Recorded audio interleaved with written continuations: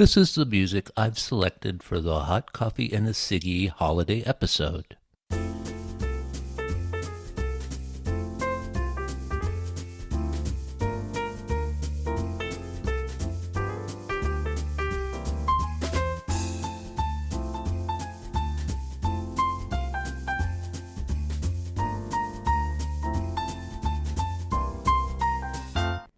What kind of Siggy holiday music is that? Everyone talks about how great hot coffee and a Siggy is. Hot coffee and a Siggy isn't so great. What do you mean Hot Coffee and a Siggy isn't so great? It never got its picture on a bubblegum card, has it? Have you ever seen hot coffee and a Siggy on a bubblegum card? How can you say something is great if it's never had its picture on bubblegum cards? And it needs to have a Christmas queen. What about hot coffee and a Siggy's Christmas queen, Good grief.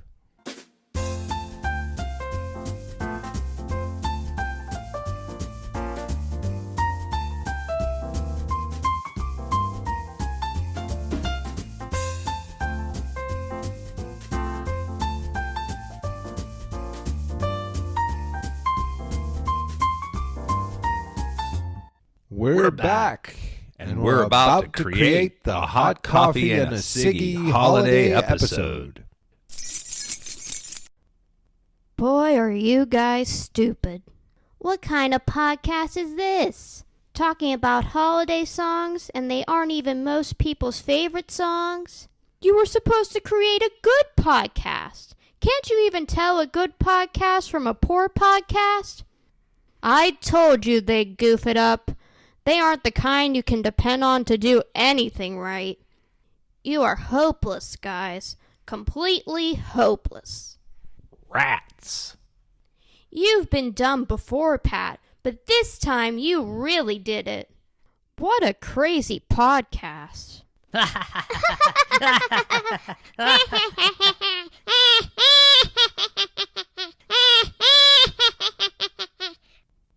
guess you were right, Jamin. I shouldn't have picked a silly topic for a podcast. Oh, everything I touch turns into a disaster. I guess I really don't know what Siggies are all about. Oh, isn't there anyone who knows what hot coffee and a Siggy is all about? Sure, Pat. I can tell you what hot coffee and a Siggy is all about. Give or take. Coffee, please.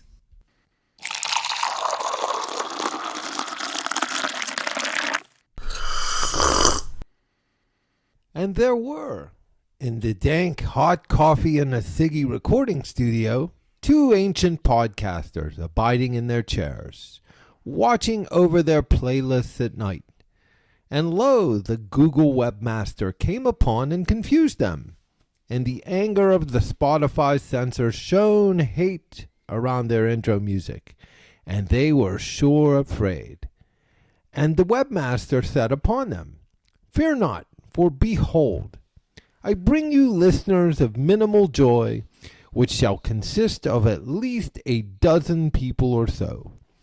For unto you is born this September in the city of Pittsburgh a podcast, which is dubious in humor, but prodigious in content. And it shall be called Hot Coffee and a Siggy, which many will not understand. And this shall be a sign unto you. You shall find that ballads trump bangers, as Siggy's most of the time, no matter what one of your co-hosts believes in his heart." And suddenly, there were a couple of angry-minded listeners saying by the glory of God, "No way is Mr. Roboto Styx's Siggy." And that's what hot coffee and a Siggy is all about, Pat.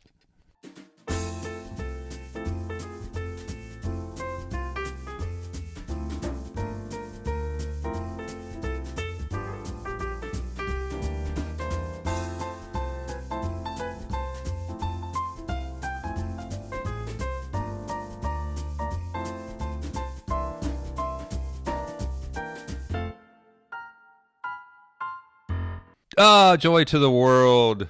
Siggy fans everywhere. And even those who are not, who are hoping for a more silent night from us. You're not going to get that today because welcome to the Hot Coffee and Siggy Holiday Sig-Tacular. Wow, Sig-Tacular. Yeah, I took all week to come up with that line. I think it fits it because, we already had our Halloween Spooktacular, so now we're having the Holiday Sig-Tacular. And, based on the big budget intro you just heard, it's already going to be spectacular. So maybe we should end it right now. Could it be anything but? I don't know if we have enough money to keep going here. We blew all the budget on those special effects like the slurping sound. Well, we'll have to check with the accountants on that. Stealing from our other ideas because we don't come up with anything original.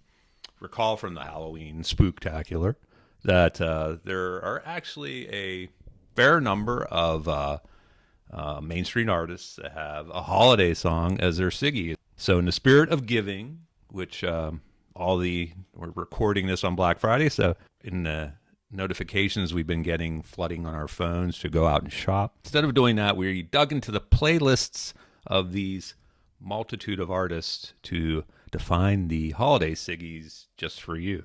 Before we get going, though, we forget about this way too often in all of our episodes. So we're going to do our housekeeping right up front.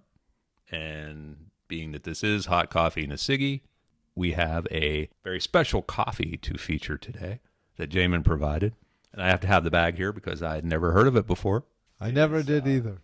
It is called Running Pump Roasting, and it's called their Premier Espresso. Running Pump Roasting is a roaster from Lancaster, PA, or Lancaster is, I think they told us to say when we were there one time.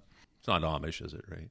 Amish. It is it kind Amish, of Pennsylvania Dutch. Pennsylvania Dutch, yes.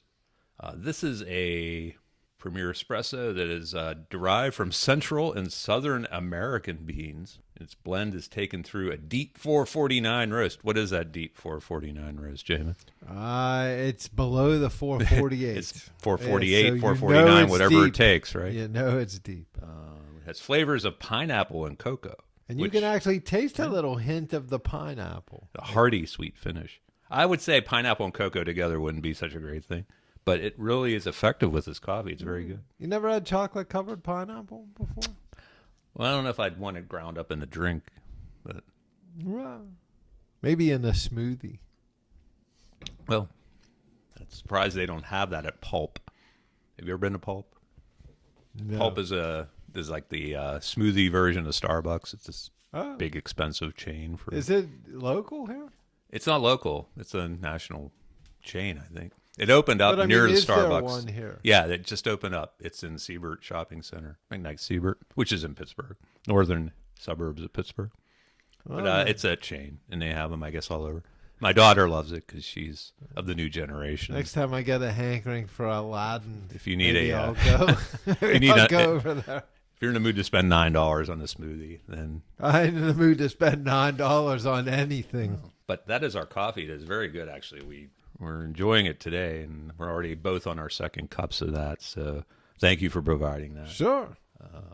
Gotta have a little hot coffee with the Siggy. And again, so we don't forget our what we call the nerd news, being your chief nerd here.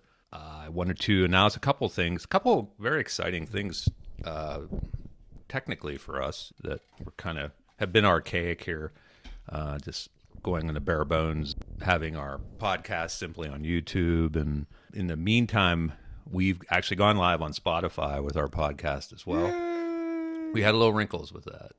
They banned us. That was a little wrinkle. Not even because of our offensive content.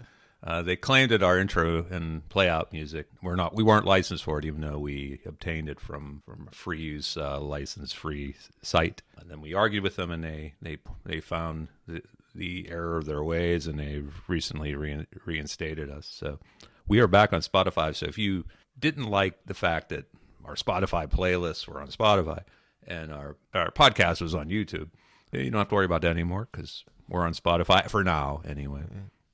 And still on. Until they hear our bump, until we hear our Until growl. after this podcast. Yeah, exactly. Speaking of that, we are now also have a presence on TikTok and Instagram Wow. as well. Hot coffee and a Siggy. If you search on hot coffee and a Siggy, and that's spelled with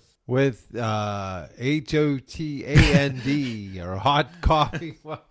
Well, you know what it is. I think even these folks can spell hot. Hot coffee and AND, a Siggy Yes. with an S, S-I-G-G-Y. Remember, don't use the ampersand, even though our logo has it in some places. And a Siggy with an S. It's Siggy, a play on signature and not on cigarettes, which I think are going rapidly out of favor. Well, the Surgeon General will be happy about that. Now everyone's vaping now, so hot coffee That's and a vape worse. would be, apparently, from what they say, that's just as wouldn't bad. go over as well. I don't know if anyone will know what a Siggy is after a while here in this generation. Just like we were talking about operators. No one in this generation is going to know what it was like to talk to an operator on the Number, phone. please. Yeah. You don't hear a payphone. You don't even see payphones anymore. That's right. My wife Diane was singing the song "Operator" just this morning, which is The Jim Croce song? not that operator, but that would also apply. That may actually be a signature song, although I think it's bad Leroy Brown. We could have him Or as a Time cage in a match. Bottle. It could be. He has a lot, but she likes the song, and I do too. It's by Midnight Star. It's called "Operator." It's an R&B hit from the '80s. How does that go? She's "Operator, this is an emergency. Operator, baby hanging up on me." Okay. That's how it goes. I think I And- like the Jim Croce one better. But And she was singing it. I don't remember why she was singing it today, actually. maybe she was good tune. thinking of payphones. It made me think that, perhaps. kids today wouldn't even know, what that means. It's like, what? Just like they don't know what a typewriter is. Right. Midnight Star, of course, that is not their Siggy. Their Siggy is What is their shit? Freakazoid. Oh, that was a fraternity. That was a fraternity, big fraternity Playlist number. song. I'll be your Freakazoid. Come on and wind me There you up. go. That was Okay, big. That was big. That got the ladies, all 5 of them, at our party, All onto 5. the dance floor. Some of them may have not even been ladies. Yeah, 2 of That's them had mustaches. That's another story A little for another time. questionable. Maybe that would make for a better podcast than this. But so get one thing. Yeah, we don't want to alienate too many listeners. We haven't before been banned by get going. Spotify for this, so we don't want to be for that either. Just one more reminder. Nerd News number 3 is to subscribe to our channel on YouTube. On YouTube, Yes. you can subscribe. Just hit the Yeah, so when you subscribe. find our podcasts on YouTube, you can click to subscribe to that channel, which is actually my channel. Right, Maybe and I'll get that's- around to changing that at some point. And we also have our website, I didn't have hotcoffeeandasiggy.com. that. You did not even have that. Hot Coffee and a Siggy. .com. And people can get all the links to the podcasts there as well as the playlists. Brilliant. We've covered all that. I don't have to remember it 40 minutes into the podcast like I usually do. See there? Well, now we're in good shape. So I take another sip of the Running Cup Roasting Premier Espresso, and we get into the business of the podcast here. Dean Martin said in Back to School, the business of America. America is business. Right. Moving on to the Holiday Sig-Tacular. And again, it's kind of surprising, right? That we built this playlist like we did for Halloween. It's like, okay, we'll create this playlist, which will be linked to on Spotify, and see how many artists may or may not, but probably do actually count their signature songs as holiday songs now. And we got up to about 40. See? More than you might have thought. And there could be more every day, because we even thought of a couple this morning when we were getting ready for this. Thought maybe we'd start with a couple that are kind of interesting, and then we'd kind of go down and do some maybe cage matches, and then a lightning round of the slam dunks. Probably the first one that came to mind to me, it's like, for whatever reason, this song kicks off the holiday season for me just about every year when I think of starting to play holiday music, which is a little later than most people do. It's not after we put away the Halloween candy like most people do. Or before you put away the Halloween. Right. I start thinking about it about now. In our house, our tradition on Thanksgiving night is to actually put up our Christmas tree and decorate that, and we have it right behind Jamin. Maybe we'll make a grab of that and show you that. It's a nice tree. We record in the family room / office of my house, and that's where we put our tree, and it looks nice. Yeah. And it's very festive. It's good for, we wanted to have that up for the holiday episode as well. And it is there.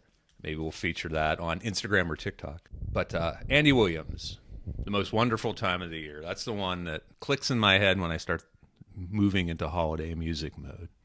And I proclaim, and you can tell me what you think of this, but I believe that is Andy Williams' signature song now. Actually, I might disagree on 2 counts. 2 counts. I like that song Happy Holidays better, and they play that a lot on the radio, probably as much as they play this I like one. that as well. And if you're saying a signature holiday song, Happy for him, holidays. I like what he does. and but I would say, and we were talking about this a little before we went on, I still think Andy Williams' signature song is Moon River. And that's the song everybody, well, I don't know about everybody, but Breakfast at Tiffany's, the movie. Now, he did not actually sing this song in the movie. I think Audrey Hepburn. Yes, the sang star of the movie. But that was actually Breakfast at Tiffany's, I believe, was a Truman Capote book. Huh? I don't know. Yeah, I think it was. You might want to check that. But You stall and I'll look that Andy up. Williams. Yes, it's from a 1958 novella by Truman Capote. See there? All right. So I'm on top of that this morning. But actually, a few artists recorded it after, based on, I guess, the success of the movie. But Andy Williams probably had the biggest hit on that. And I would say, and Moon River was a Henry Mancini tune, tying it back to the greater Pittsburgh area. Correct. He's from Monaca, Aliquippa, Ambridge, that area in there somewhere is where Henry Mancini is from. We should do an episode of Pittsburgh area artist signature songs. There's a big, lot surprising of big number. people. I mean, some of them maybe other than Donnie Iris, which has a more maybe current recognition. There are a lot of artists, say in the last 50 years, people in different maybe genres of music that come from Pittsburgh and were and had great success either as performers or writers, songwriters, song arrangers, song producers. So big number, more than people would expect. I think that could be. If you stretch it out to like the tri-state area too, like Dean Martin. Oh, Steubenville, Ohio. I know Moon River. I'm just old enough to remember. I think everyone, maybe of our parents' vintage, had like the Andy Williams Greatest Hits album in their catalog. And he had my parents had it as well. Weekly TV show. And of course, always the big Christmas specials. And that's probably one of the reasons some people may really associate the holiday music with him. But I still think Moon River is his signature song. But certainly, and that's another discussion, I guess, that some artists, a holiday song is their signature song, but other artists, say like Elvis or the Beach Boys, which we may talk about as we go through here, have instantly recognizable holiday songs. Oh, sure. And sure. while it may not be their signature song, I guess you could say in a way to some people it could be their signature song, or certainly gets enough play at the holidays that it's identified with them. It becomes like an era thing. Some of these artists, unfortunately, as time goes by, their contemporaries pass on. Their contemporary fans also pass on. Like my parents, both of past years, are thankfully still with us. Still thankfully with us. But my in-laws are also passed. They all would have known Andy Williams and probably would have known him more for Moon River.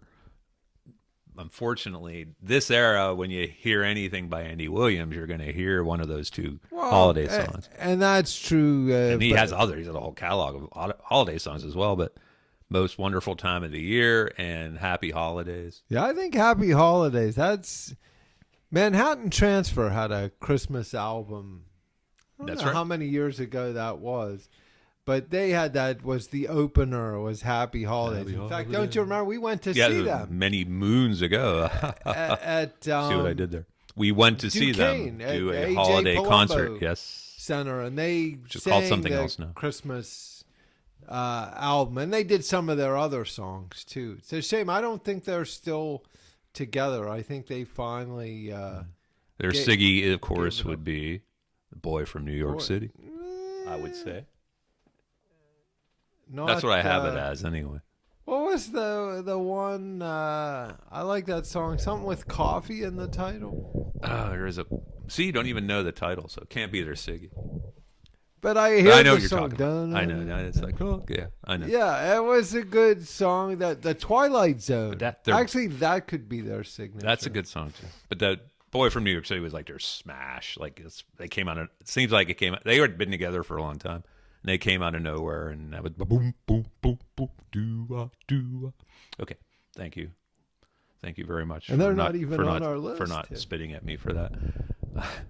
But Andy Williams, I think, whether we might agree to disagree on that one, but I think you might agree that 2 out of his 3 biggest songs are holiday songs, and whether it's in that order or Well, not. I'll give you this. He gets a lot of play at the holidays.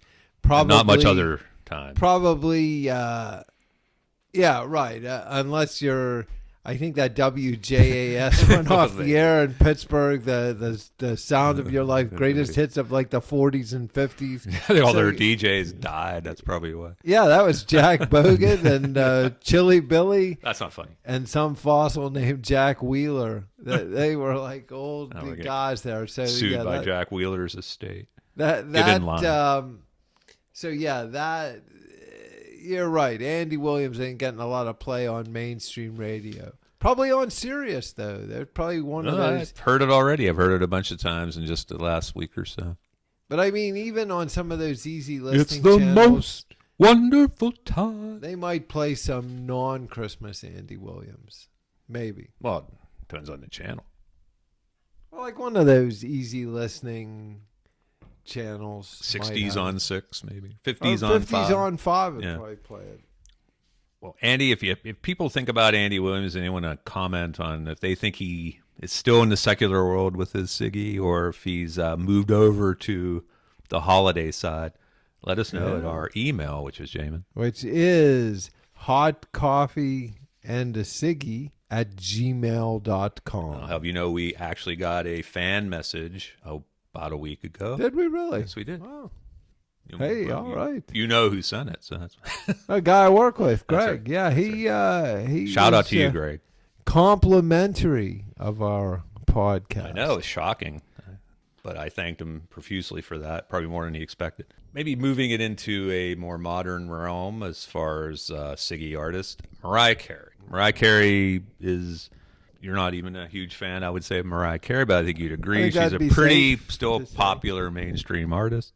She was very big more in the 90s, I'd say, late 80s, 90s, into the 2000s. What would you say is her biggest like non-holiday song? Oh, she has a lot. Let me see. Whatever. Fantasy is my favorite. If you have to force me to listen to a Mariah Carey song, it's called Fantasy.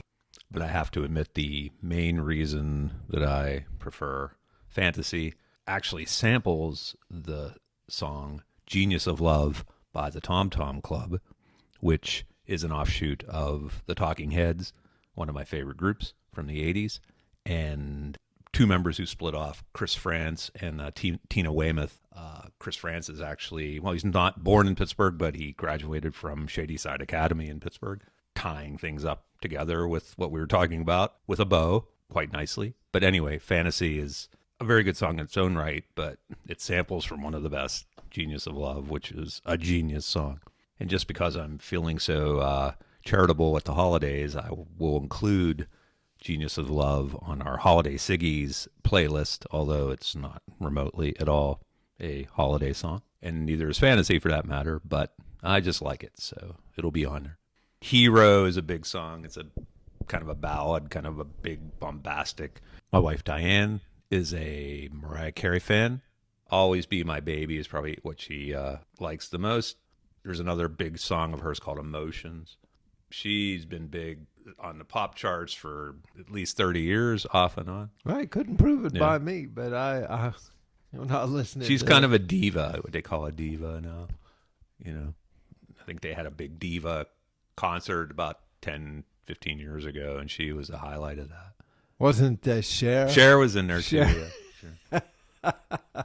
But as we talk about eras is a big deal. Like 20, 30 years ago, for sure, one of those songs I just mentioned, we'd be arguing about which one of those is her signature song.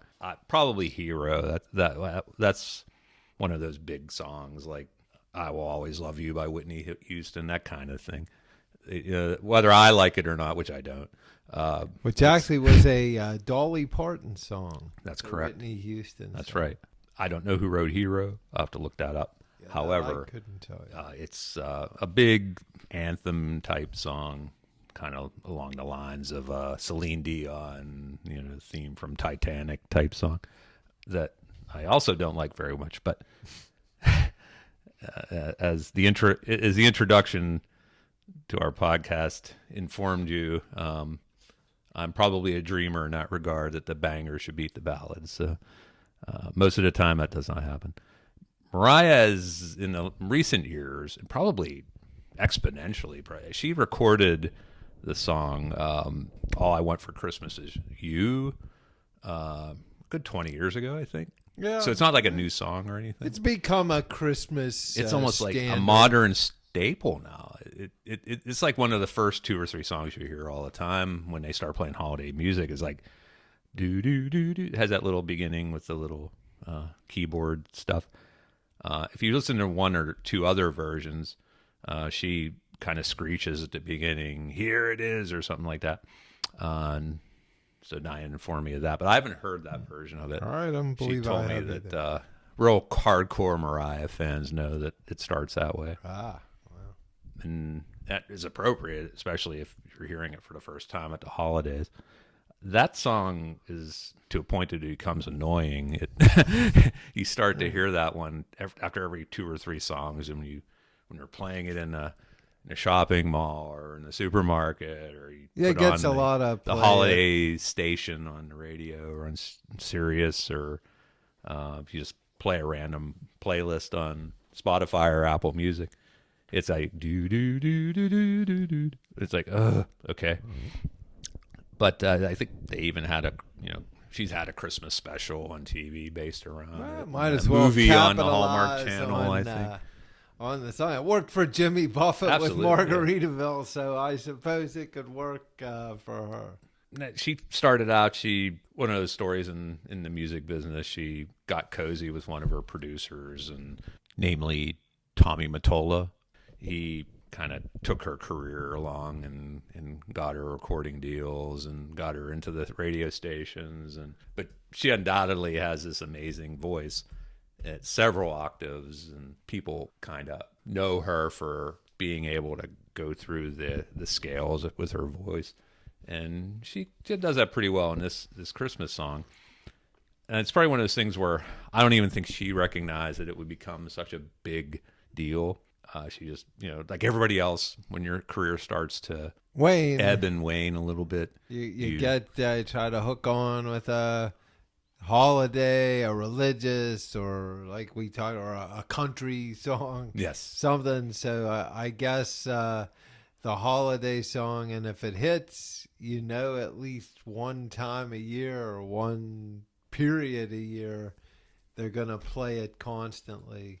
And it's going to keep you out there in the public eye. Yeah, and she recorded that song, I say, roughly 20-some years ago. So it's not a new song. And who wrote it? Just like Do we part know of that? Just because it's, I'm into the minutia, that kind. I wonder if it was somebody famous. She's that actually wrote it. credited as a co-writer of that song. Okay, well, so good for her. yeah, good She's for making her at least because half she's the money getting from it.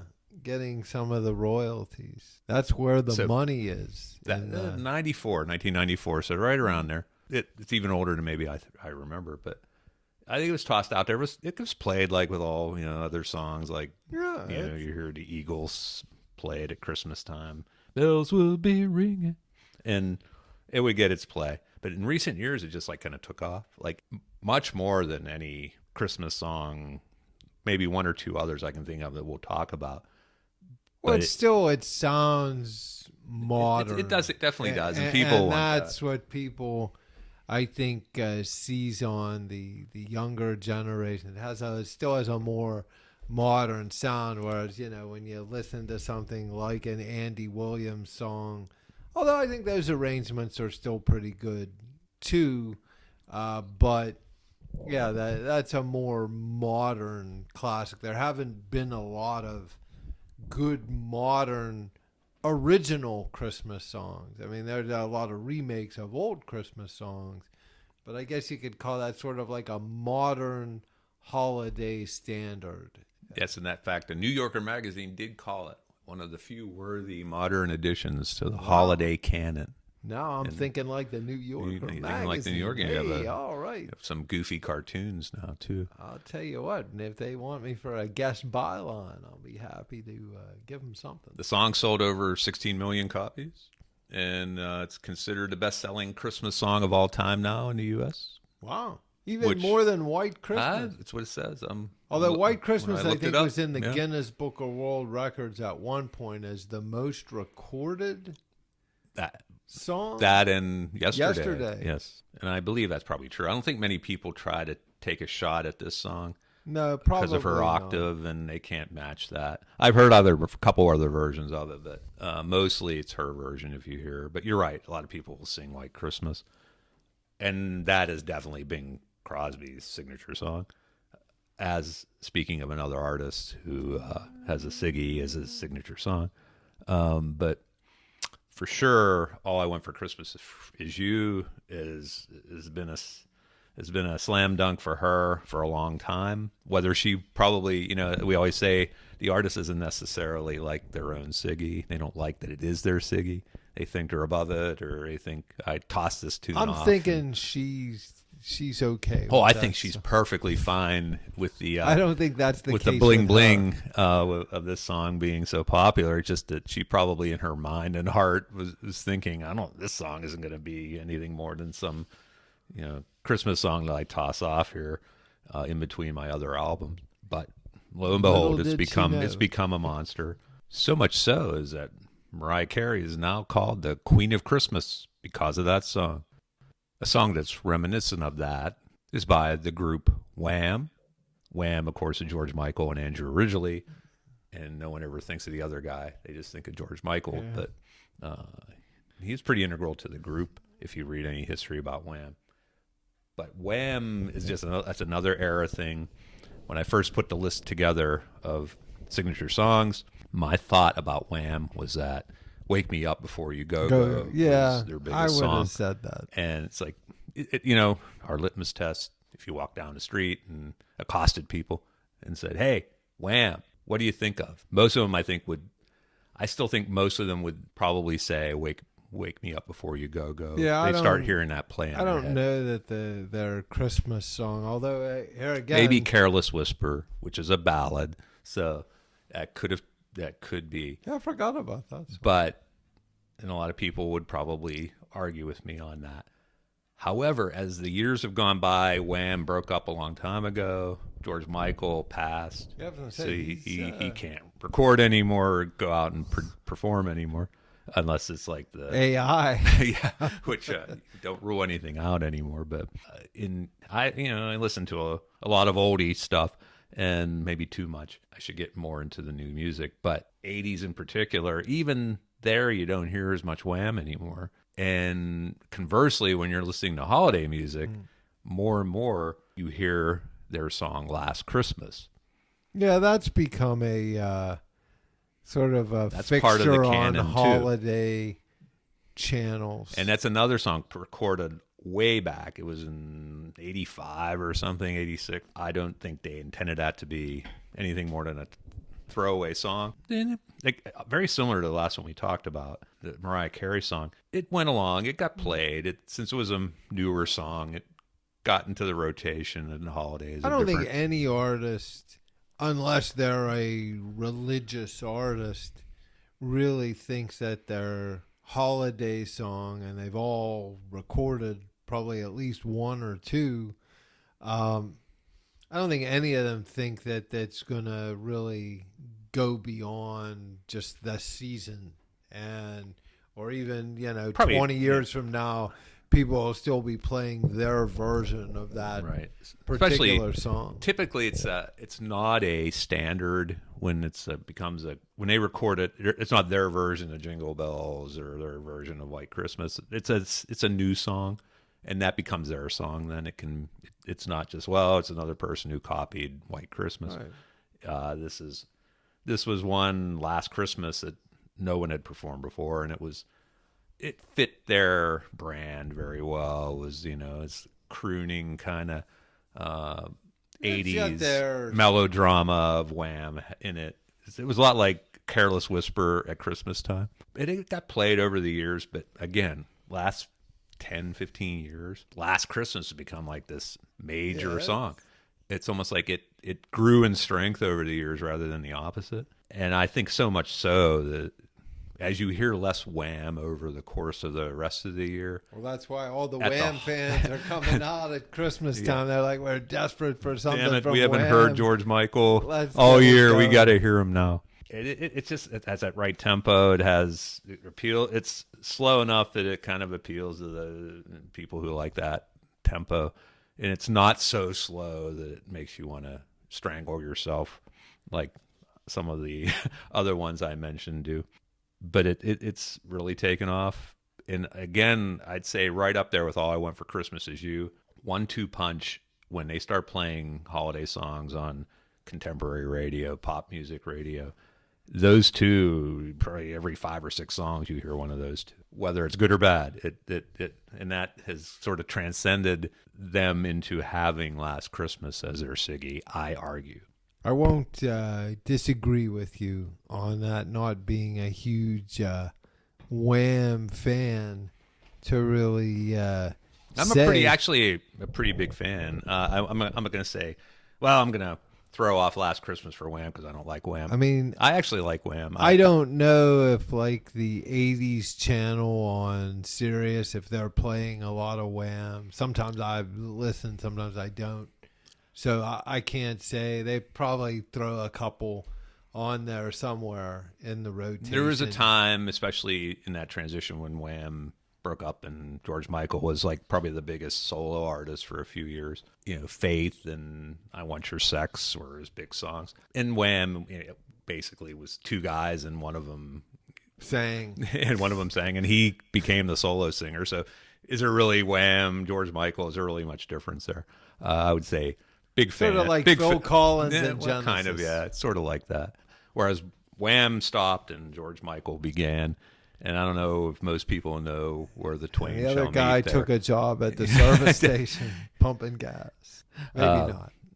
They stayed very good friends. You get that idea. It's like, they must have had this terrible breakup. Like we talked about Simon and Garfunkel, how they went back. Yeah, well, they couldn't stand each other. At this point, I don't know. Though I thought I heard something that they might have had lunch. Where did I hear this? Somewhere where they had lunch together and talked, and it was like the first time in years. So they might. Well, that's good to hear. They might have an uneasy alliance at this point. Maybe that's the way to put it. Well, I think George Michael and Andrew Ridgeley continued to be good friends. I think Andrew Ridgeley just very proud didn't want any more part of the madness of the whole thing, so he kind of happens. dropped away from it. And he probably made some good coin on the project and figured I'm stepping out now. And I've been able to maintain an anonymous lifestyle.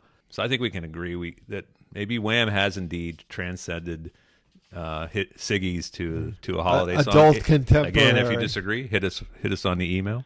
One we mentioned before. I don't know if we did mention actually, but we are going to mention now is Nat King Cole. Good old Nat King Cole. There's a guy. As we shift between old and new, I think definitely. Songs.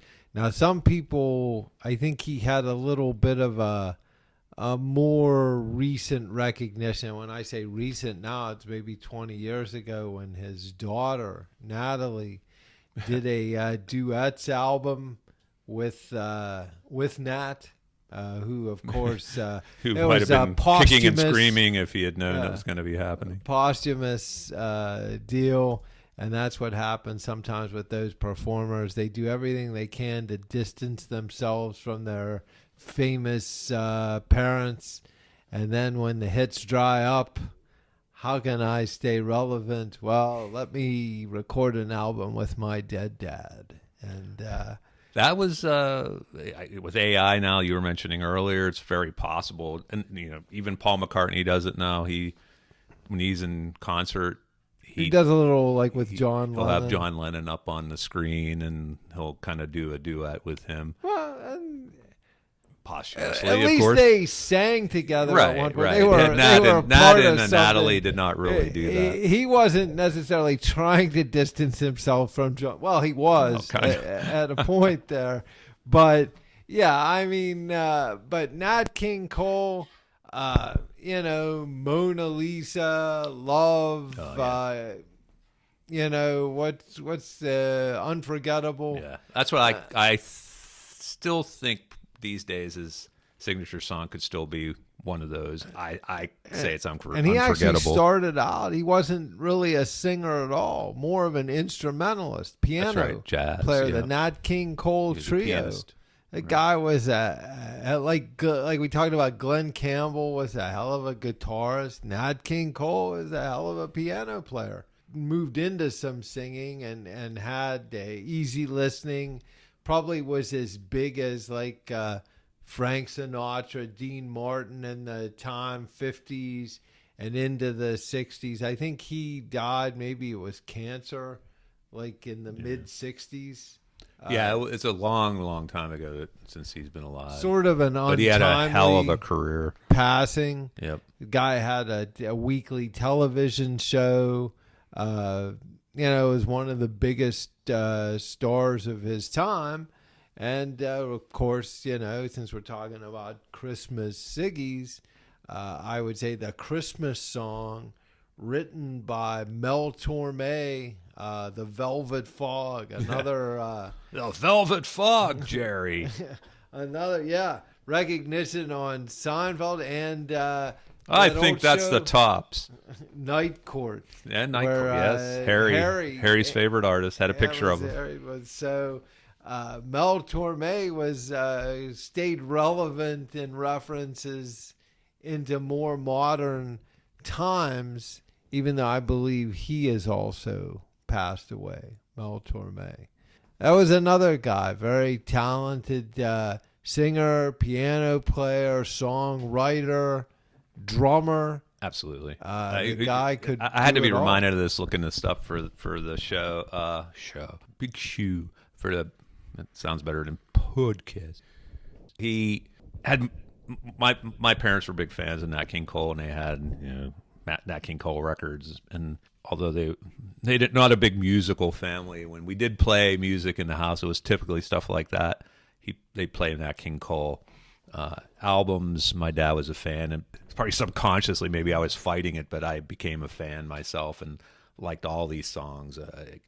Mona Lisa. Yeah, that incredible voice. Men have made. Probably shaped by dozens of cigarettes a day. But yeah, those guys. Well, everybody was a smoker in those days. Unforgettable is what I consider his secular mainstream signature song. Love. I think my parents like that song. Is all that I can give to you. Yeah. Embraceable you, the very thought of you, when I fall in love. Very, very romantic song. Lazy, crazy, hazy days. That's my summer. favorite. That was yes. another. That's a very big song. I think it was my dad's favorite too. Ramblin' Rose. That was another. Rose. Oh yeah. So we could do a whole show on Nat King Cole, which might be the demise of the podcast. But lately, again, it's the eras thing. As years go by, contemporary fans of Nat King Cole pass on. He gets played less, except maybe on niche shows on Sirius or what have you. But around the holidays roll around, you start to hear Nat King Cole. You don't hear any of those songs, though. You hear the Christmas song. Yeah, I would agree. That's probably his signature song. Yeah, I think if you walk down the street, again, 100 people, survey says most are going to remember from two things. One is his posthumous duets with Natalie Cole, and maybe more happily, they remember him for the Christmas song. It's good or bad. And I think this would be a case where I don't think he'd be ashamed that he was known for that. But he probably would rather be known for the hits that he made. I think on he his was own, but was a nice, humble guy. yeah, I know nothing about him, but he appeared to be, a very formidable force in show business, and he in an era where you didn't find too many, African Americans in mainstream pop culture. Nat King Cole seemed to transcend and show up on things. So he, like I said, he had the body of work to back it up. Whether he prefers that or not, these days I think you're more apt. If you're going to hear Nat King Cole anytime, you're going to hear the Christmas song, and that's not a bad thing. Not at all. Maybe speeding it up a little bit since we're a good 47 minutes into this already. Okay. We can start going down with our holiday cage matches, where we've come down to we're not even sure whether some of these artists are holiday Siggies or not, but they're on the border for it. One I'll start with is Dan Fogelberg. Well, see, you and that song that we're talking about, Same Old Lang Syne, not really a Christmas song per se, No, but certainly a holiday We're trying not theme. to stick with Christmas. A holiday theme. Absolutely. But I would say for Dan Fogelberg, maybe songs like Part of the Plan, Leader of the Band, that those are songs that I would say are more of his signature tune than this one. And I don't even know if this one gets, even though it has a holiday theme, does it get played at this time of the year? This time you're not going to hear it. You'll start hearing it later in December because it's because New Year's. It's funny. If you listen to the lyrics of Same Old Lang Syne, you think, well, it's like Old Lang Syne. It's like the Guy Lombardo song. It's not the Guy Lombardo song. Same Old Lang Syne. Right. It's a different song completely, and it's really not set on New Year's Eve. No, it's set on Christmas. It's set on Christmas Eve. But it has that connotation because of Old Lang Syne. Almost sounds like it's autobiographical in a way for Dan Fogelberg. Like it sounds like it might have a little fishy. Something that could have happened. Yeah, I don't know if Dan's although he has since passed on. Yeah, he's passed on. So I guess it would be difficult to ask him. He's a staple of yacht rock, of course. So you'll hear him a lot on the yacht rock. A lot of good channels. songs, and he might have had a little fling at like some religious music also. And later on, he needed to get into maybe some of the religious side. And I can't remember, there were one or two big songs on there. Maybe that one, "Lonely in Love." I'm a lonely in love. Oh, he had a lot of great songs. I have "Longer" as his signature song. Longer than, because of course ballads beat bangers. He didn't have too many bangers, actually, but Part of the Plan. Part of the that Plan was was a faster song. Power of Gold is a good song. That's I like that. Power of Gold. That was one of his his big early songs. That, I think, Part of the Plan was like his first big, with actually, I think, an unbilled Graham Nash. I was just going to say, when I heard that song, I remember thinking it was Crosby, Stills, and Nash, but it was Dan Fogelberg. So maybe he wrote that. Interestingly, Part of the Plan was totally written by Dan Fogelberg. However, of note, besides Graham Nash's involvement in vocals, it was produced by Joe Walsh of the Eagles fame, and it included collaboration in the band by none other than Don Henley and Glenn Frey of the Eagles. So just some interesting tidbits of information. But Same Old Lang Syne came out, I got to say, early 80s, right? I would say early. I would say early 80s, maybe even late 70s. 1980. Okay, so It was released as a single in 1980 and was on the 1981 album, The Innocent Age. now that's the thing that would be interesting. Was it even released at? Well, no, if it was part of an album, so it probably wasn't released at the holidays anyway. It was probably, I can imagine they hustled it out in time for the holidays because those record companies were like that. Yeah, got to have something. But then for they the stuck holidays. it. They stuck it on his next album. And again, the funny thing about that is I hear it, and like you said, you're not going to necessarily hear it in late November, early December with other holiday music. But as it gets closer to the probably Christmas week and into New Year's, you'll hear a lot of Same Old Lang Syne because a lot of people associate it with New Year's Eve.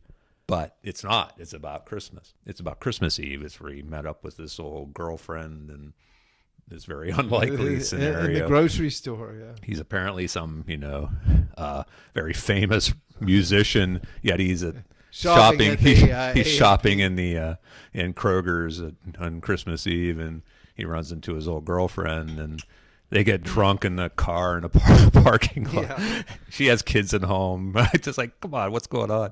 Go home and wrap your kids' gifts. Yeah. Well, then there wouldn't have been any song. And I don't even like the song too much, but it's very big around the holidays. And I just think the story about it is interesting. Where it's not about, I guess the idea is another Same Old Lang Syne and the original Lang Syne song are both very well, it's like the more things change, the more they stay the same. Right. It's as they said, that's how the movie When Harry Met Sally ends too. They feature that song at the end.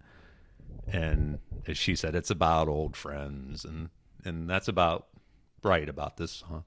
So I guess it's fine for the holidays. I would say it's a toss-up. It's a cage match. Longer, Same Old Lang Syne. You guys can be the deciders on that. I still have it as longer in our main list. But as the eras go by, I think this song is becoming more prevalent for him. I think it's leader of the band. The 100 song, the 100 people test. Part of the plan. Yeah. One of those. We can agree to disagree. Another one is you suggested this to me, the Beach Boys.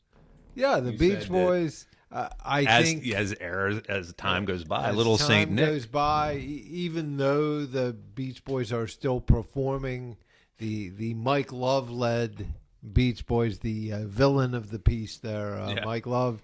I think that Little Saint Nick has maybe eclipsed some of their other songs as one.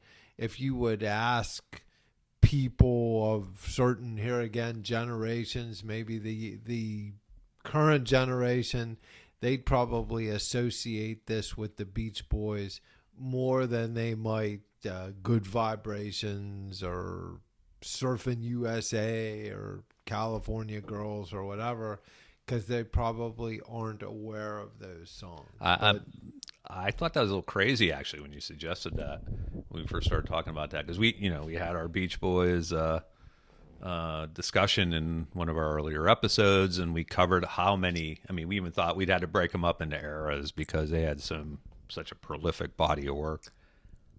But I think they've just, and now especially since Brian Wilson has died, I think that although Mike Love was certainly a founding and original member and a lead singer on a lot of their big songs, I just think people just don't have a warm and fuzzy feeling about that guy. So that's true. The Christmas, especially the other members of the group, song. And I think there's some staying power in their Christmas. They had a whole album, which actually was pretty good for a Christmas album. I think they had more than just that song. All originals that Brian Wilson had written on one side, and on the other side, the more traditional stuff. In fact, they even got the guy, Brian Wilson was a big Four Freshmen fan. the vocal jazz group from the 50s and early 60s. And they even got the guy, I think Dick Reynolds was his name, to arrange the traditional side of the album. And they kind of did it almost like in a Four Freshmen style. So, and as we were saying, with some of these other ones we were talking about, became Siggy's for their artists. They were original songs. They weren't standards that they copied. And Little Saint Nick, as you mentioned, he wrote that. It was a Beach Boys song. It was in the Beach Boys style. It wasn't like they took Jingle Bells, Jingle, they didn't make it into a Beach Boys song.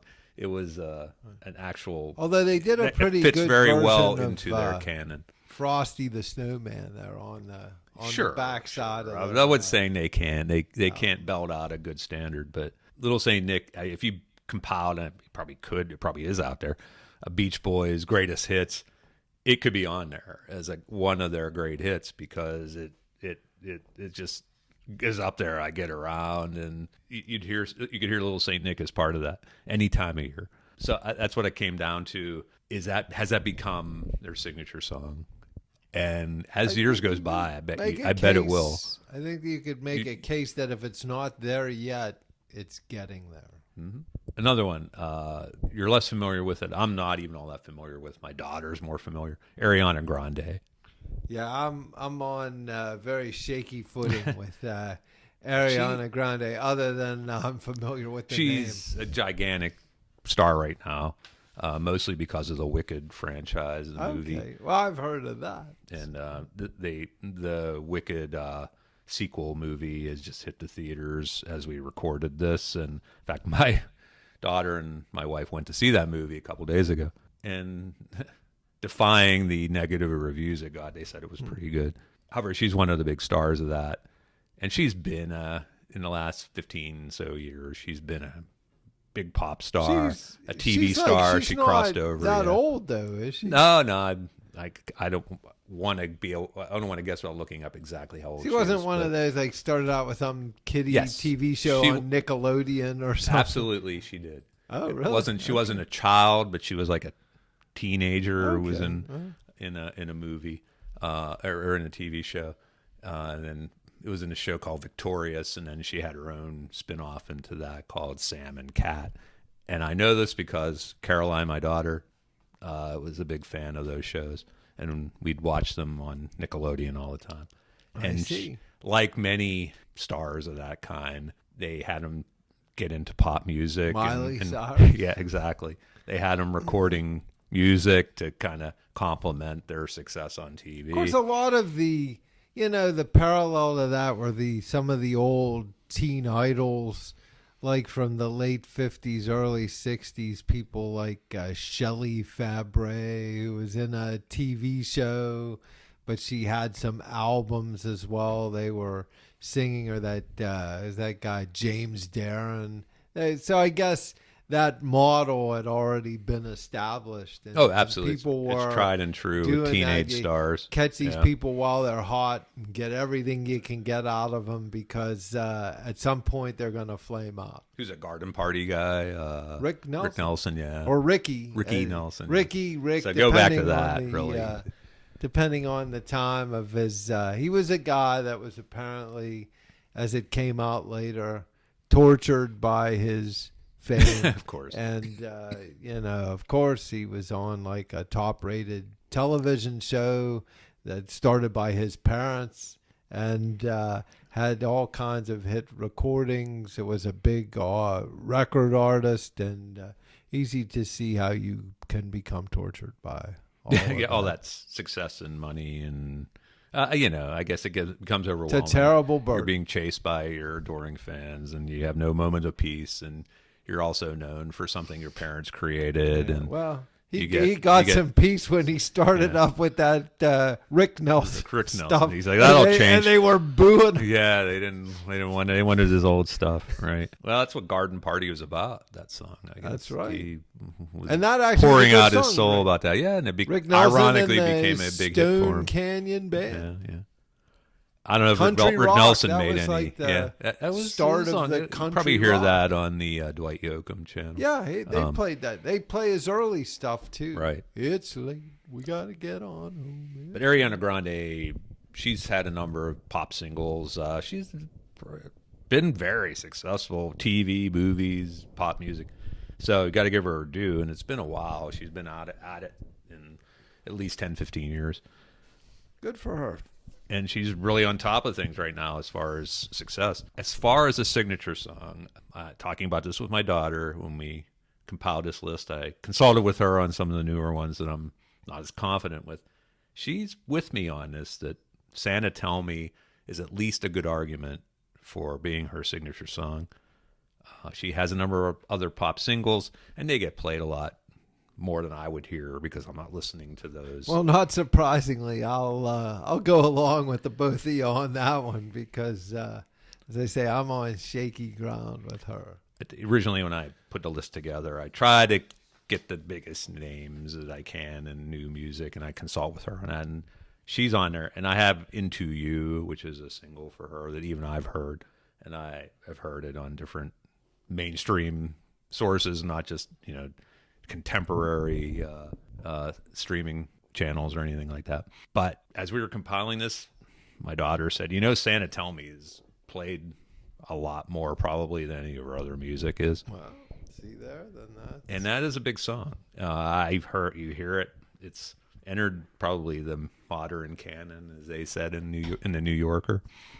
Right up there with Mariah. And she has an amazing voice. If you're into that kind of thing, I don't know if that voice appeals to me, but it's a very strong. It's very similar to Mariah Carey. In fact, it's even a higher, wider range. I think, although it's more whispery to me. I'm not a fan. I gotta say, I'm not meant to be a fan either. So if they have another divas event, then maybe she could be a modern diva. They can get together on that. She was born in Boca Raton. Wow, mouth of the rat. That's what that means in Spanish for all of our. So you don't probably get too many stars that come out of Boca Raton. Boca Raton, playground of the rich and famous, yes. Sort of, I guess. One of the playgrounds, not far from Palm Beach. So I'm going to say it's a toss up there, and people can let us know what they think about her. Particularly, I don't want to be biased and influenced by, what's this time of year. You're only going to hear her holiday song played, and I don't necessarily hear too much of her other stuff because I don't chase it down. Nor do I. But I think unless she continues on the pop side with, like, if she moves into movies now and exclusively and doesn't record as much anymore, I think you're going to hear this song will be her defining song as you go ahead. Although I think Elvis could tell you that a movie career doesn't mean the end of the recording career. It's the end of successful recording. You're sticking. I don't know if the movie sold the songs or the songs sold the movie, or maybe a little bit of both. But if you're a movie star and a recording artist, probably just about any time is a good time for a song when you're in a movie. You don't think Clam Bake, the song, could have stood on its own without the movie? No, probably not. But when you're on a beach and you've got some clams there, well, of course. Kissing Cousins. You don't think Kissing Cousins would have stood on its own? Clam Bake, it's a good time for a song, What was the one movie at a thing? They're going down the street, him and a girl, and there's no room to rumba in a sports car. Well, of course, you can't have a song like that without the movie, without the right Well, setting. I'm glad you mentioned Elvis because he certainly I think Elvis is moving into that cage match territory, holiday cage match territory. He could. I wouldn't have thought so, but we were right before we started recording. We were like going down the holiday songs Elvis has, and you add them all up. What are you hearing more of Elvis than these days? Do you hear as much? Even Elvis, the king of rock, you're not hearing him as much with his standard songs. No. You hear his holiday songs. Other than the Elvis channel on Sirius, right. You're probably not hearing much Elvis. I mean, and here again on Sirius on the 50s and 60s channel, they're certainly playing some of his big songs, because he was another guy in a roughly 20-odd year career, had a ton of big songs, even right up at the end. What was that song, Moody Blue, which was 1977? That was a hit. He passed, and the guy had some big hits in like the early Guitar to Man, mid-70s. I Don't Care. Yeah. And, Suspicious Minds. Kentucky Rain. And Eddie Rabbit song, Kentucky Rain. Right. But, Blue Christmas. Blue Christmas. That's probably the big. And of course, now it's in full force. You're hearing it all the time, since it's the holiday period as we record this. But we went through this, and we argued about it. We had a little cage match of our own on that. I thought Hound Dogs is his mainstream signature song. It is, but Blue Christmas is probably getting more play these days than Hound Dog. There's no question. I would think there's no question. Actually, you don't want to be. I don't want to be swayed by which is a what's shame. The hot song on Spotify for Elvis right now. It would be Blue Christmas right now, and maybe in March it would not be, but it's sort of becoming his song. As time goes by, big Elvis fans kind of see. Maybe that's why away. The Beatles were smart to never release they never any. Did a real. They did for their fan club. They did a record, and I've heard some of those. They were like nonsense. Yeah, things, they were nonsense. But they were holiday themed. But they never did a straight Christmas album. So maybe in retrospect, time is here. Paul McCartney had the solo Christmas song. John Lennon had arguably is a solo Christmas song. So this is Christmas. I don't think Ringo and George ever jumped on the holiday bandwagon there, but as solo artists, anyways.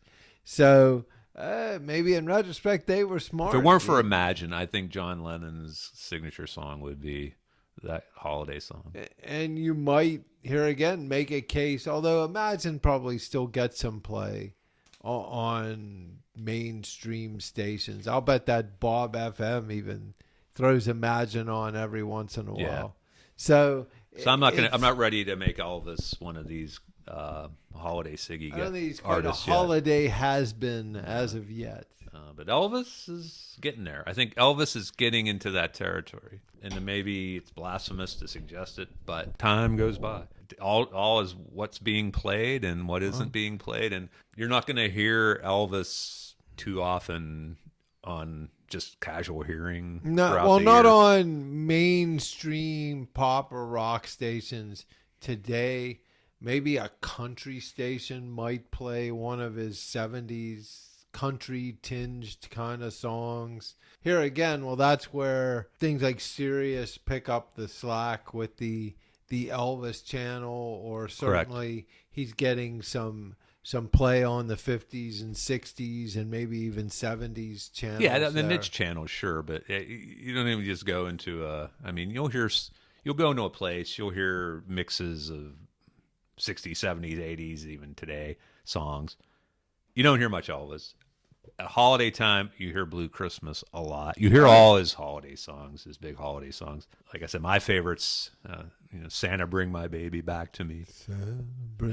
So I'm a banger guy. So Blue Christmas is fine. It's a very iconic song, and that's probably why. And other people have recorded. That wasn't an Elvis original, right? It was a song that had been recorded, but I think Elvis kind of made it his song. His version, I think, is the definitive version. Here Comes Santa Claus. You can't hear. Here comes Santa Claus. I mean, that's probably my favorite version. The typical Sinatra has a good version of that too. Done, in the Elvis style. He really made it his own. Of course, my favorite holiday artist is the Brian Setzer Orchestra. Not on our list here. I know, and I would say brought that out of left field. he didn't have. That's probably one I should have on the list because he doesn't have any big secular hits. Jump, Jive, and Wail is his biggest, but he hasn't. He had that one small pocket of time as a mainstream artist in the late '90s when the swing fresh off of the swing craze, Stray Cats. Yeah, you got to give him credit for rejuvenating himself. Well, that's a good way to do it because that swings. Other artists have gone in that kind. Sure, of but he direction. brought it back first. He was the first to do it. That movie Swingers also with Vince Vaughn and I can't think of the other guy, but maybe that's another thing they do. See, you could figure when artists are kind of washed up in the mainstream. We said country, we said religious, maybe swing. Maybe that's the other way. Swing's the other way to go, right. Which was a big form of music. The swing stuff, like back in the '40s, but kind of '40s, early '50s. We've seen Brian Setzer perform. I think you saw him with me. Did we go to Hartwood Acres to see them? Yeah, I think we did. It's a fantastic. Oh, good show. Great show. He's a great guitarist. He's having some health problems now. I read it's too bad he can't perform anymore right now, and I'm sorry to hear that. Yeah, I hope he feels. He's one of my favorite guitarists, and one doesn't get too much mention. I think there's some kind of bias against that whole swing thing that he did that kind of worked against him. But his stuff, we're just flying off the cuff. Although Joe Jackson did some of that swing, stuff, jive, jumping jive, playlist, and that, I like that stuff. If it's done well, then it's lively. It's tough music. I read. I'm not a musician, but especially Brian Setzer, a 3-piece group, pretty raw. But to take that and then get into an orchestra with all the arranging and trying to combine it with rock music, I think you have to give him a lot of credit for being able to do that and making a go of it. And then, I mean, he was successful for a while on the pop charts, not very long, but he transcended into holiday music, and that's where he's made his hay for the last 20-some years, doing a lot of holiday shows and holiday albums. Figure you can work from like November 1st through the end of the year, maybe into January. You can really hit the road hard and have some holiday concerts, and people usually into going to some concerts this time of the year since it's the holidays. So. The Man with the Bag is my favorite Brian Setzer orchestra, but just about all his holiday songs. I have all his holiday albums. I had them on CD. I don't play CDs much anymore, but I still have those. I got rid of all my CDs, but I kept the Brian Setzer orchestra CDs that I have. Why'd you get rid of all your CDs? Just hanging around, big. Would you put them on? Well, like first I did burn them on MP3s, and now I don't even listen to MP3s. I'm listening to Spotify. Because I've got all these great YouTube. CDs at home. I hate to. Some of them, it's like I don't think you could find some of that music. Well, that's the problem. So you have some real rarities that you probably can't easily find. I'd hate to. But all the whole Brian Setzer collection is on Spotify. Right. I mean, more than even I have. So the problem is, your internet's down and the grid crashes or something. You can't listen to it. You have to have your CDs, and I guess I'll be. I don't even think I'll be humming them to myself because I think my laptop can play CDs. That's the problem. That's the real problem too. Is nothing as time goes by here. There's very few automobiles that come with a CD player. In fact, I saw something on some cars, a single slot CD player is an extra cost option. Oh, I bet on most you can't even car, and they either put it in the glove box or the center. It's come full circle when CD players were like mounted in trunks or put in. Oh yeah, when you had a 6-disc changer in the trunk of your car, you were big time. You were big time. Yeah, I remember they lined up. The cars were lined up at Best Buy to get those installed.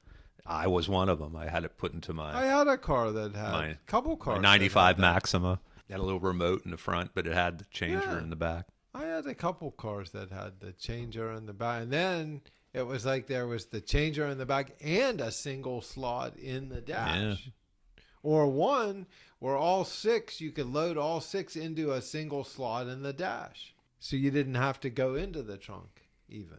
But now it's like Then it became, the alt-in, you had the jack. You could plug your Yeah. MP3 player into... Yeah, like your iPod or whatever. And it became, Apple CarPlay and Samsung and now it's just like you put it, you're getting Spotify. Satellite radio, right. Pandora or whatever. Yep. And if you want a CD player, you got to add it. You got to get it added.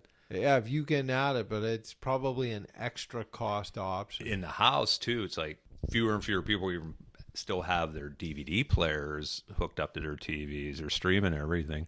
We have a couple of them in the house. We have like you said, one laptop. I have one laptop left that can play CDs. I don't even use it all the time. Yeah, mine can play both CDs or DVDs. We're recording this right now on my newest laptop that I got a few months ago. There's no DVD player in it. I mean, everything's looking to be saving cost, saving weight, saving complexity. This does not have a DVD player in it, so if I wanted to play it, I'd have to plug it in as an aux somehow. But that's why I don't have too many DVDs or CDs anymore. I kept what I consider to be the ones closest to my heart, and I kept the Brian Setzers. Yes, mainly because I was afraid I might need to pull those out and put them into the DVD player when people came over or something like that. I don't know why I kept them, actually. I was very fond of them, so I kept them. And I think he has transcended into the orchestra anyway. The Stray Cats, no. The Stray Cats are Stray Cat Struts. Yeah. No. Rock this town for sure. Well, we'll save that. That's an argument for another, for the 80s episode that your friend Greg suggested we do. See there? Well, we like to please our fans. So there's some of the names I wanted to pull out and just kind of focus on, but as we are heading deep into the hour, to the past the hour, I thought we'd go through a lightning round. All right. This has become our new tradition to steal from Devo.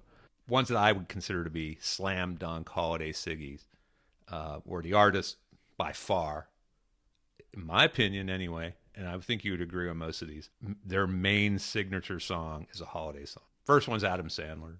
I don't even know if you want to call him a recording artist, but of the recordings he's done by far the Hanukkah song, 8 Crazy Nights. That's definitely that's been and one Hanukkah song most mainstream people. A commercial. Yeah, they're going to cite. Successful. Exactly. It's not. Maybe there were certain songs I remember as a kid at Hanukkah time singing that you'd sing them at the temple or whatever, but they weren't like a mainstream song. It's not one you're going to hear anywhere. I had a little cradle. I made it out of clay. They're typically that would be the other one, maybe, but you don't have too many mainstream artists recording that. That's although true. My daughter learned it through Sesame Street. Right. So when Tully and Baby Bear sang it on Sesame Street. See, but other than did you know Tully was Baby Bear is Jewish? I did not on Sesame Street. Yes. See that? Wow. Yes. Tully is not. I'd moved on from Sesame Baby Street. Bear taught him the song. At that point, I remember when Gordon had an afro, and then he ended up losing all his hair, and he was bald. Yeah, that's right. That's true of most of us, right? That's how time was. You had an afro too. Yeah, according to some. Including our 6th grade picture, you do. Well, I don't know if you call that an afro. I wouldn't call it an afro. I'd just say it was longer hair. It was bushy. Let's call it that. Yeah, well, my hair was always curly. Mine was slicked down in that picture, so I have no room to talk. I guess I was trying to channel. Trying to go with the Bowser Gotti, look or something like that. The John Gotti look there. Another one, Burl Ives. Jump between centuries there. Holly Jolly Christmas. Yeah, I think Burl. Thanks to the Rudolph show. And he was in as the snowman wearing the plaid vest. Yeah. I guess when you do that, you're risking your typecasting, and he certainly did. And Burl actually had a few folk type hits. He was friendly with a number of those folks like Pete Seeger, who got cut down in the 50s with that House Un-American activities with the McCarthy era, when they thought everybody was a communist. And So They might have been right too. Burl was kind of on the fringe, although Burl We've actually come full circle. had a movie career prior to this Christmas show that he was in, and maybe had been on Broadway. So the guy was a legit guy, but this is probably, he'll be forever known for that. That song and the what, Silver and Gold. Oh, there's a number of iconic songs in that. Rudolph that came before Charlie Brown Christmas. I don't know if most people know that. And that was groundbreaking, that claymation kind of movement thing. Yeah, at that time. Yeah. Fred Astaire was the postman. Oh, that was in the other one. Okay, is that the other one? Oh, that's right. Santa Claus is coming to town. Okay, there you go. And that came later in the 60s, but Rudolph was first. Today, my daughter and I have a holiday show marathon that we watch the week of Christmas and stuff, and those are part of it for sure. Rudolph, and it's also it's an hour-long show too. So imagine dedicating that to a children's holiday show today. Big budget there. Is that Rankin and Bass? Rankin Bass, yeah. And they started on an empire of those kind of shows. There's like dozens just like them. They played on the brand very well. But that Burl Ives was brilliant for them to get him. I don't know if there was any other thought of anyone else. All those songs in there. Rudolph itself, the theme. Yeah. His version by far is the one you think of when you think of Rudolph. But Holly Jolly Christmas was the culminating song of the show. When Rudolph led the way. That was a good. I think it's safe to say that's probably Burl's signature. Yeah, I mean, it's probably so much so that you probably don't even realize he did other stuff, like you said. I mean, it's been decades later, but it's like Burl Ives. He's like, that's what he did. He was in Rudolph, and that's all he did. That becomes his performance. Josh Groban, who's a more modern kind of crooner type. Yeah, singer. I'm not real keen on him, but I'm sure it's another song here getting play at the holidays. Yeah, and it's from the movie Polar Express. Okay, and that alone is going to ensure you're going to be known for that. But I mean, he sings standards. I think he sings on Broadway. I'm not as familiar with his work. My wife knows his work pretty well. But Believe is his big song for sure. You don't hear much mainstream. Is he one of Josh those guys Groban like in during the year? Michael Bublé, Yeah, Harry kind of Connick Jr.? Sort of, yeah. Kind it's of. not so more showman type. He's more a standard singer, I guess you would call him. It was like a Michael Feinstein. Yeah, something like that. That's a good comparison, I think. I guess he also is known for co-hosting that Michael and Kelly show in the mornings on TV. Oh, yeah? Whenever they're not there, he'll often co-host. Oh, that. okay. See, I don't. Being retired, I know that more often. That's usually if I'm watching that, he's kind of a goofball. It's like you think, well, he sings Believe. If you just believe. I can't sing that. But he can, and that's his signature song now. Probably because of that movie, which they cart out this time of year, and it's a very powerful movie. I think Tom Hanks is in it, and it was the animation of that movie was kind of groundbreaking at the time too. It's kind of like almost like an impressionist kind of thing. I know exactly what you're talking about. So he's one who maybe, again, you ask an artist, do they like their signature song? Maybe not necessarily being known for a Christmas song. It was his dream, but as long as the checks it filled the in. coffers. Yeah, let's put it that way. One similar in that vein is Pentatonics. That a cappella group. I like a cappella groups. Yeah, they're probably the biggest one in the last 15 so years, and so much so that at Christmas time you hear them more than any other time. They have mainstream albums. They've had pop singles that they put out, but acapella is a tough category. Yeah, we went to see a few years back this barbershop quartet thing, and was out at Peters Township High School. South Hills of Pittsburgh. And there were groups like this. It wasn't the barbershop quartet, the striped vest, straw hat, like people think of the old barbershop quartet people singing Sweet Adeline or whatever. Like they were singing modern songs. And some of these guys would probably fit into this mold because obviously, they're a cappella groups. That's what they call them now. They don't really... Yeah, they don't say barbershop. 50 years ago, they would have called them barbershop and they'd be wearing striped shirts. Yeah, and top doing hats that and somebody with the pitch pipe coming, and then they'd be going. But I like that. And some of these guys, like when we saw this show, I mean, I was blown away. I mean, you got to have some talent. Oh, absolutely. To you have to sing have amazing talent. Like that without accompaniment, and it's more than one arrangement, voice, any of that. Yeah, and you're all... Like, get arranged, but you don't have production.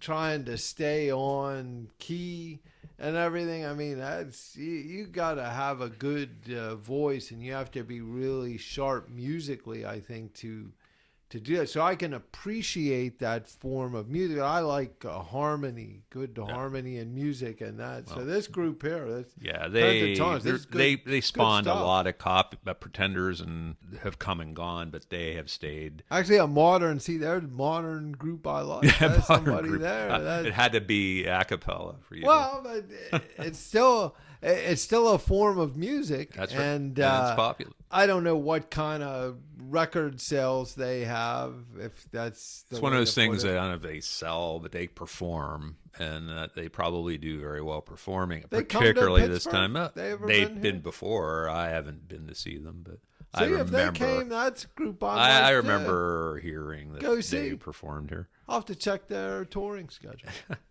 I think they'd appreciate that. Maybe sure they have us backstage. We could do a live remote there. Yeah, they might let us do that. They might.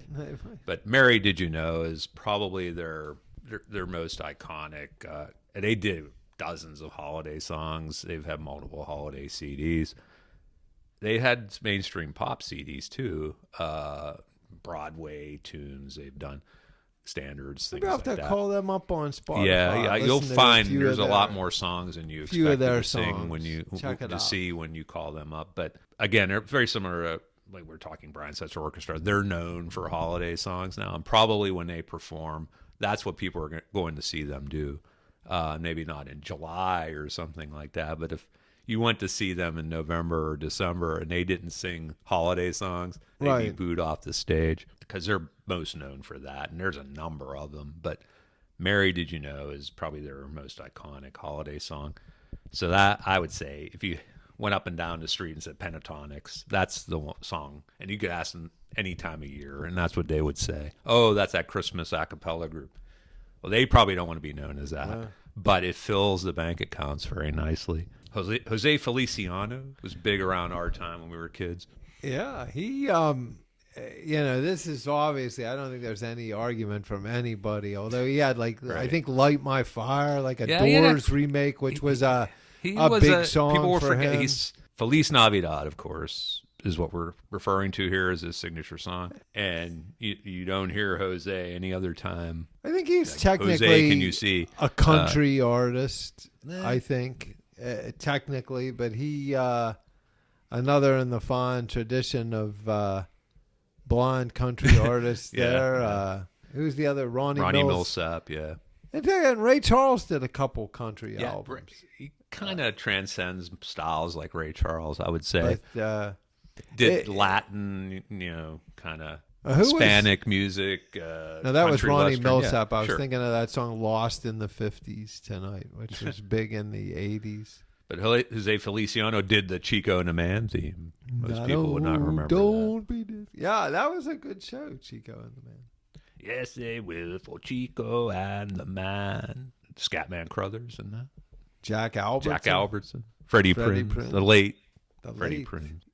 You're not going to hear Jose I looked it up. He had a number of pop albums. Yeah. I mean, he was not just some... No, he wasn't a one-hit guy. Yeah. Feliz Navidad is it's almost kind of like a a stereotype in a kind way. of song. It's almost like a but parody he- of itself. I put John Lennon's Christmas song into that, unfortunately. It's almost like And so it was so unlikely that he would do a Christmas song that when he finally did, it became popular almost to the extent that it's almost rather absurd. Didn't that John he Lennon do did that one. song originally? Something about donating the proceeds of the song to something. Oh, like some I'm not cause. saying his motive was bad or anything like But that for doing. Wasn't It cynical almost was like one of most those, almost artists. like a throwaway. Yeah, Like, yeah. So it's like, okay, this will raise some money for a But cause, it became. and you got to give it credit for that. Let's see. He's just looking up Jose now. I didn't do this embarrassingly before, but he's still with us. He hasn't passed away,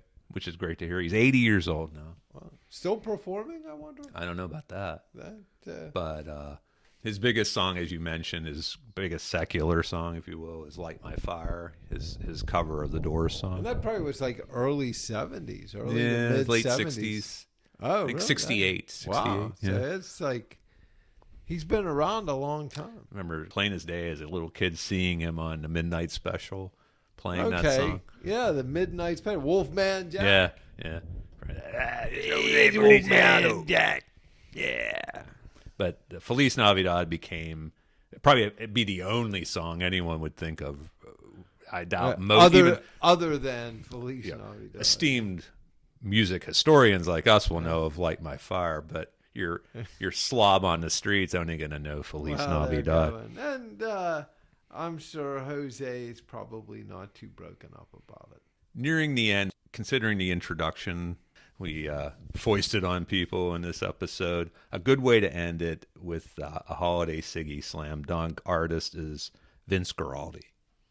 Well, Vince Guaraldi, for those that don't, it's funny. Some people might not actually know the name, but they would know the music instantly if they ever watched a Peanuts cartoon around the holidays, or maybe even some of the non-holiday Peanuts Dozens things. of songs, yeah. Dozens might of, have not songs, but featured some Vince cartoons, Guaraldi, the Vince Guaraldi trio, and just a lot of good. I don't know if you'd call that jazz or easy yeah. listening, kind of music, just instantly recognizable, and you're like, well, who is that? jazz fusion might be what some people would call it. It's kind of like jazz pop kind of. And that's who it is. They had a number. Vince Guaraldi Trio had some albums out that might not have even been like Peanuts albums, just like albums of their music. I don't know how well it sold, other than the Peanuts stuff, but Yeah, he did stuff. He wasn't just the Peanuts musician. He did stuff before that. In fact, he attracted Charles Schultz's attention because of his jazz work. He was sought out for that. And Charles Schultz is not an easy man to. No, he's very. please. Read his biography. If Yeah, I've read it. I got a good picture of that guy. yeah, he's a complicated, kind of dark, troubled character. Actually, They said that about It was- Walt Disney. it kind of too. disturbed me to read that biography. I was expecting this. Oh, he's the guy who did Peanuts. It's going to be this happy book. Nope, not a bit, man. Although he learned, if I remember from the book, he learned to draw. Like he went to one of those schools. Yeah, those Like, ads. he's You see got those this ads? stuff. Yeah, And we asked, can you draw this turtle Yeah. or whatever? right. And in fact, he worked there as an instructor, I think very early on as he was getting going. And when he died, he left that place a bunch of money because he was grateful to them. He felt they gave him his start as a cartoonist. And the book we're talking about, I just called it up real quick because we both have read this. It's a very distinctive book if you're in a bookstore or got the library. Charlie It's a Brown big, shirt on the it's got the cover. big yellow cover in the Charles Schultz font from the Yeah, with from the the black comics zigzag and the on big it. black zigzag of Charlie Brown shirt, and it's called Schultz and Peanuts: A Biography.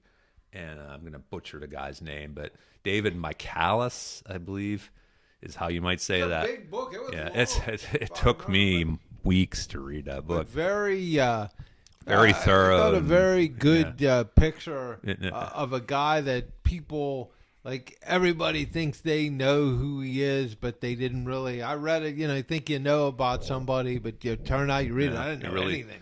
And it didn't go. It went. He had a very troubled past and a troubled present and a troubled ending too. And it played out in the strip. Like what was it? He said his wife found out they were getting a divorce when. Charlie Brown kicked Lucy off the football team or something, or the Charlie Brown was always lusting over the little red-haired girl, and that was a real life situation. And it was somebody he was with in high school or college. Never got over. So the guy had some deep-seated. So I would say anyone who's a Peanuts fan, and the Peanuts of it, I have to say, since his death, probably is. His estate, his family, or whatever, they're cashing in big time on. He was one of those. He definitely wasn't like Bill Watterson of Calvin and Hobbes, who wouldn't sell any merchandise and stuff like that. No, he sold merchandise, but nothing like they're doing now. Peanuts is everywhere. In fact, it's a little offensive to me to see every little thing has a. The Peanuts are selling out big time. I don't know if he would have approved of that. I can even call up a Peanuts watch face on here with Snoopy and Woodstock. I can't think of anything to Peanut. I can't go into any store now without some kind of Peanuts tie-in. And I got to say, I mean, he sold plenty of stuff through Hallmark and what's the insurance company that was MetLife, Metropolitan. So he definitely cashed in on Peanut stuff, but nothing like they do today. And it's like, wow, they really have to do. I guess they do, but I mean, if strike while the iron's hot, but. As someone who grew up with Peanuts, the very first books I ever took out of the library were Peanuts books down in the Newcastle Public Library. Say that, but yeah, they did have some Peanuts books down there. How about our listeners? Are you tired, like I am, maybe not Jamin, of the excessive Peanutsification, if you will, of everything? You walk in to every store and there's a Peanuts collaboration. There's Peanuts in Target, there's Peanuts in the grocery stores, Peanuts in the drugstores, Peanuts in Macy's, there's Peanuts in your doctor's office. Give us your most outrageous or craziest example of Peanuts cross-blending of a unlikely project at our email, coffeeandsiggy@gmail.com, and we'll add you to the rant. But anyway, Vince Guaraldi, Linus and Lucy is the theme. And I'd say most people don't even know that it's called that song, but they would know the song in the second. Sure they would. Do, do, do, do, do, do, do. And that's not even, it was not, I mean, it was first composed for a Charlie Brown Christmas, but it sort of became the Peanuts theme in all the shows. It wasn't just for the holidays, for Christmas, but of course it was composed for that iconic Charlie Brown Christmas soundtrack, which probably everyone had at one time or another, and probably still have, if they still have Christmas albums or Christmas CDs. Like we were talking about, people don't have those anymore. But if you did have, I know I had it. I had the Charlie Brown Christmas CD, and it has just all those amazing. I mean, they aren't even probably extremely complex songs, but they were perfect for that show. Perfect for that. And that was a groundbreaking show. That, along with like Rudolph we were talking about earlier, are probably one of the longest holiday programs that you'll still see around. Year in and year out. And Peanuts are so lucrative that, Apple took the franchise and you can only watch Peanuts cartoons through Apple TV now. And they'll open it up at the holidays for everybody to watch for no cost. However, otherwise, if you want to watch the whole library of, you gotta pony up for Apple TV. Of course, that's the way it's gone. For some streaming service holds the rights to certain things. True, and You used to stuff see it, you can get on YouTube for free. We talked to my daughter about that. You probably did. You couldn't watch that on demand when we were kids. No. It's like it was on Tuesday at 8:00. You were there. You wanted to watch it. It was one Tuesday time at a 8, year. And if you missed it, you missed it for a whole until year. the next year. Yep. There was no DVD. They didn't, I'm sorry, and they no didn't DVRs do or even no replays in those They days didn't of play the it show. on cable on a rotating basis. The only other thing, I mean, like It's a Wonderful Life, you could see that like multiple times. They played that. No kid wanted to watch that though. To death, or the one where the kid gets his tongue stuck on. Yeah, I never warmed up to that movie. I remember either. Christmas Story. And now Hallmark, think they probably have it's all kind of Christmas movies. They have it all through the year. It's crazy. So it's now you can get your fill of the holidays. Christmas in July, August, September, October. You get them all. Vince Guaraldi, like I say, he's probably associated in it. He passed a long time ago. Actually, he passed in the mid-70s. But he probably not such a bad thing. He probably didn't mind it, but he was forever associated with the Peanuts franchise after making the music for that episode. And whatever popularity he had as a jazz musician before or after kind of took a back seat to his Peanuts music. That's the danger of that kind of stuff. It's like they told, who was that, Shirley Jones? If you play you do the Partridge Family, that's all they'll ever know you for, and everything you did. And she was a big Broadway movie star, all kinds of stuff. And Shirley Partridge is the one thing that they remember her for, but so sometimes that's how it happens. It's a blessing and a curse. Even beyond just composing a song for a show, I think he created a iconic style that maybe he felt locked into ever since then. But that sound is just like a trademark sound of that kind of music. Like take the introduction that we did here for this episode. That's free use. Spotify, it's free use. It's not Vince Guaraldi. I mean, and not even so much. I mean, it was a standard. It's Jingle Bells, but it was the style. More the style was a complete, derivative of the Vince Guaraldi style. Anybody can do something in a style. Yes, but it's. But when think about it, if you create not just you create music, you create songs. But you create a style that everybody knows you for, and other artists emulate, even when they do their own thing. That's pretty impressive. Well, it sounds like the guy maybe got cut down in his prime there. Yeah, I don't know the background of why he passed or anything like that, but sounds like maybe he'd had a few more. Those jazz musicians smoked a lot, so maybe it was lung cancer or something like that. I'm speculating. I have no idea. But that, I think, is a good way for us to end, because I don't think there's too many other artists who crossover artists, gone from pop or jazz into holiday music. I would invite folks to tune in to the playlist. Yes. As we had some others on our list here. That we had time permitting. We'd be here till next Christmas if we hear if we some kept of talking the things about it. we didn't get to. Yes. And could be good. Maybe a few rarities, some things you've never heard, maybe some things you never want to hear again after that. But never thought you would hear. So I would invite our we will post that along that. with our links to this episode in the associated places, our different social medias. But we thank you for listening to our Holiday Sig-Tacular, and have a happy holiday season from Hot Coffee and a Siggy. Yes, happy holidays to one and all.